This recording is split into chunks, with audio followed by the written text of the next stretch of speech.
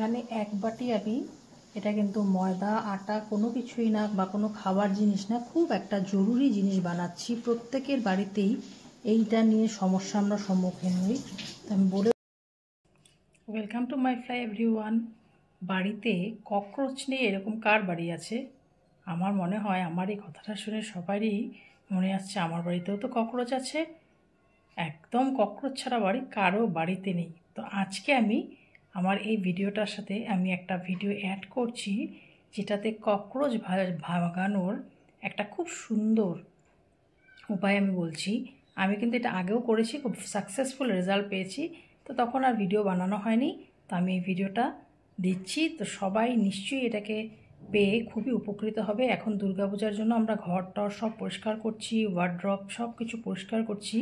তার মধ্যে যদি একটা ককরোচ বেরিয়ে আসে, ভীষণই বিরক্তিকর। আর যদি সেই ককরোচটাকে ভাগানোর এত সুন্দর একটা উপায় পাওয়া যায়, তো আমার মনে হয় সবাই করবেন। ঘরে থাকা জিনিস দিয়ে এই জিনিসটা বানাচ্ছি, খালি একটা জিনিস বাইরের থেকে আনতে হবে। সচরাচর এটা থাকতেও পারে বাড়িতে। তো আপনারা আমার ভিডিওটাকে প্লিজ দেখুন, আর এই ভিডিওটা না সবার মধ্যে শেয়ার করবেন। এই প্রবলেমটা কিন্তু আমরা সবাই ফেস করি। ঘিন্নাস জান বেরোয়, কখন কোন দিক দিয়ে উঠছে, কখন কোন দিক দিয়ে বেরোচ্ছে, ডিম পাড়ছে।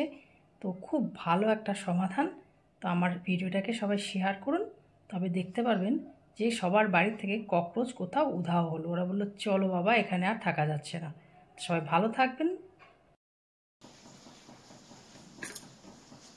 এখানে এক বাটি আমি এটা কিন্তু ময়দা আটা কোনো কিছুই না বা কোনো খাবার জিনিস না, খুব একটা জরুরি জিনিস বানাচ্ছি। প্রত্যেকের বাড়িতেই এইটা নিয়ে সমস্যা আমরা সম্মুখীন হই। তো আমি বলে দিচ্ছি, এটা হচ্ছে আমাদের নর্মাল যেগুলো ফার্মাসিতে পাওয়া যায় বরিক পাউডার। আমি এরকম 20 গ্রামসের 2টো প্যাকেট নিয়েছি, আর বাকি সাথে কি দিচ্ছি আমি দেখাচ্ছি।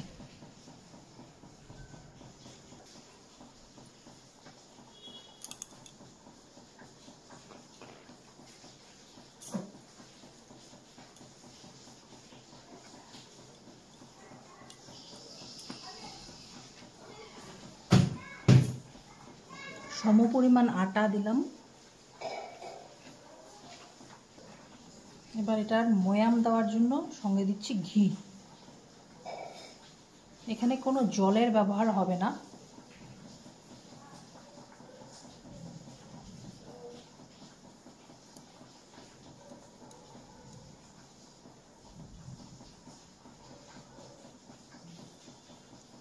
ঘিটা একটু লাগলে আমি দেবো পরে।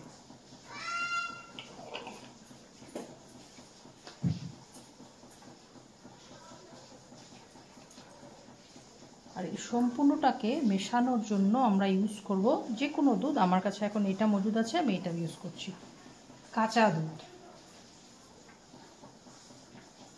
ভালো হয় কাঁচা দুধে। তো ঘিটাকে ভালো করে মিশিয়ে আমি বরিক পাউডারের যে একটু দানা দানা মতো হয়েছে, এটাকে আমি একটু ইয়ে করে নিই, করে আস্তে আস্তে অল্প অল্প করে দুধ দিয়ে আমি এটাকে মাখবো। জাস্ট একটা ডো বানাবো। এবারে কথা হলো, আমি এইটা দিয়ে কী বানাচ্ছি? এটা তো কোনো খাওয়ার জিনিস নয়, সবাই বুঝতেই পেরে গেছে এতক্ষণে।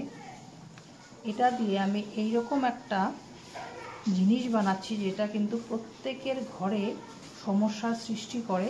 আর এই সমস্যাটার থেকে রক্ষা পাওয়ার জন্য এটা খুব ভালো একটা টোটকা। আমি আগেও বানিয়েছি, তখন আর এগুলো ভিডিও করিনি, কিন্তু দেখলাম রেজাল্টটা খুব ভালো হয়। তো এখন আমি বলছি এটাকে কি করব, আর একটু দুধ দিয়ে দিয়ে মাখবো সুন্দর করে। আমরা যেভাবে আটা মাখি আমাদের রুটি করার জন্য বা লুচি করার জন্য, ঠিক সেভাবে একটা ডো বানাবো। তো এখান থেকে আমি যেহেতু বেশি করে একটু বানিয়েছি, কারণ এটাকে অনেক দিন পর্যন্ত ইউজ করা যায়, তো চতুর্দিকে এটাকে আমি ইউজ করব। এখন বলেই দিলাম, চতুর্দিকে ইউজ করব মানে এটা হচ্ছে ককরোচ ভাগানোর খুব ভালো ঔষধ। আলমারিতে কাপড় চোপড়ের মধ্যে ককরোচ হয়, রান্নাঘরে ওয়ার্ড্রপের মধ্যে ককরোচের উপদ্রব হয়। তো এইগুলোকে আমাদের ভাগানো ভীষণই মুশকিল হয়। সবসময় বাড়িতে ছোট বাচ্চা থাকলে বা পশু পক্ষী থাকলে আমরা হিট স্প্রে করতেও অসক্ষম, মানে সমস্যার সম্মুখীন হই। সেটা বাচ্চাদের জন্য বা পশু পক্ষীর জন্য ঠিক নয়। সেটার বদলে যদি এরকম জিনিস আমরা আলমারির ভেতর লুকিয়ে লুকিয়ে রেখে দিই, এটার মধ্যে যা যা ইনগ্রিডিয়েন্টস আছে সেটা কিন্তু আরশোলা বা ককরোচ এটা কিন্তু কোনো ধরনেই সহ্য করতে পারবে না। সেই জন্য এটাকে ভালো করে, আমার ডোটা হয়ে গেছে, সামান্য একটু ঘি দেবো এটাকে একটু লুব্রিক্যান্টস বানানোর জন্য।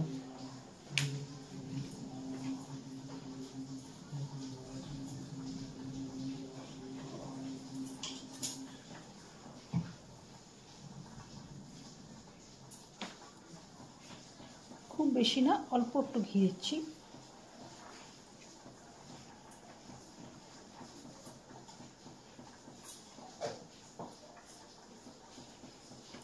আর এটা কোনো কিন্তু নষ্ট হয়ে যায় না, অনেক বছর থাকে এই গোল্লাগুলো। প্রত্যেক বছর এখন আমাদের দুর্গাপূজার জন্য আমরা ঘরের সব পরিষ্কার করছি, পরিষ্কার করার পর আমরা যদি এরকম গোল্লা গোল্লা করে ছোট ছোট, আমি যেরকম আমরা ন্যাপথালিনের গোল্লা হয় এত বড় বড় করে আমি গোল্লা বানিয়ে নেব। গোল্লাটা বানানোর পর সেটা যদি আমি জায়গায় জায়গায় দিয়ে দিই, আর আরশোলা বা ককরোচের উপদ্রব থেকে যদি আমরা রক্ষা পাই, এত সহজ উপায় হয়তো আর পাওয়া যাবে না। খালি ছোট বাচ্চা বাড়িতে থাকলে যেন এগুলো মুখে না দেয় সেটা একটু খেয়াল করতে লাগবে। তো এগুলো যেন একটু লুকায়িতভাবে আলমারির মধ্যে দেওয়া থাকে। ভেতর দিকে দিলেন, তার উপরে একটা কাপড় দিয়ে দিলেন, বা আমরা যেরকম ওয়ার্ড্রপে কাগজ দিই সেরকমভাবে করলেও হয়ে যাবে। তো আমি ছোট্ট ছোট্ট গোল্লা করবো এরকম, জাস্ট এরকম গোল্লা। আমি কিচেনেও, ক্যাবিনেটের মধ্যেও দেবো, আলমারিতেও দেবো, ঠাকুর ঘরেও খুব প্রবলেম হয়। ঠাকুর ঘরে তো এটা রান্নাঘরের বানিয়েছি, ঠাকুর ঘরে দিতে পারবো না, কিন্তু ঠাকুর ঘরের দরজার বাইরে রেখে দিলেও কিন্তু এটার এফেক্ট হয়, কারণ ওরা এটার আশেপাশেই যেতে চায় না। তো আমি কিভাবে দিচ্ছি আমি সেটাও দেখাচ্ছি। তো এটা যদি ভালো লেগে থাকে, এই রেসিপি বলছি, এটা আরশোলার জন্য রেসিপি, তো সবাই বানাও। এটা কিন্তু আমিও বানিয়েছি, বানিয়ে আমি দেখেছি যখন কাজ হয়েছে তখনই কিন্তু আমি এটা সবার সাথে শেয়ার করাটা ভাবলাম। এই যন্ত্রণাটা আমরা প্রত্যেকেই উপভোগ করি বাড়িতে, তো এটা সবাই যদি ঘরে বানায় তো খুব কাজে দেবে। তো এটা আমার নিজের জানা ছিল না, এটা আমার বোনের শাশুড়ি আমার বোনকে বলেছিলেন। তো ওনার ইয়েতে আমার বোন বানিয়েছে, বোন বানিয়ে আমাকে বলেছে এভাবে বানা। তা আমি একবার বানিয়েছি, বানানোর পর আমার খুব ভালো কাজ হয়েছিল। এখন এগুলো 3 বছরের মতো হয়ে গেছে, 3-4 বছর হয়ে গেছে। এখন আমি এগুলো ফেলে দিয়েছি, ওগুলোর আর এখন ক্যাপাসিটিটা নেই। কয়েকটা বড়ি পড়ে একটু গুঁড়া রয়ে গেছে, আমি গোল্লা করার সময় এটাকে একটু ইয়ে করে ফেললাম। বেশ অনেকটাই হয়েছে একদম। এটার যেহেতু ঘি দিয়েছি, ময়ামটা হয়েছে একদম যেমন লুচি বানানোর ময়ামটা হয় সেম। এরকমভাবে একটা কোনায় রাখলাম, জাস্ট লাগিয়ে রাখলে আস্তে আস্তে শুকিয়ে যাবে।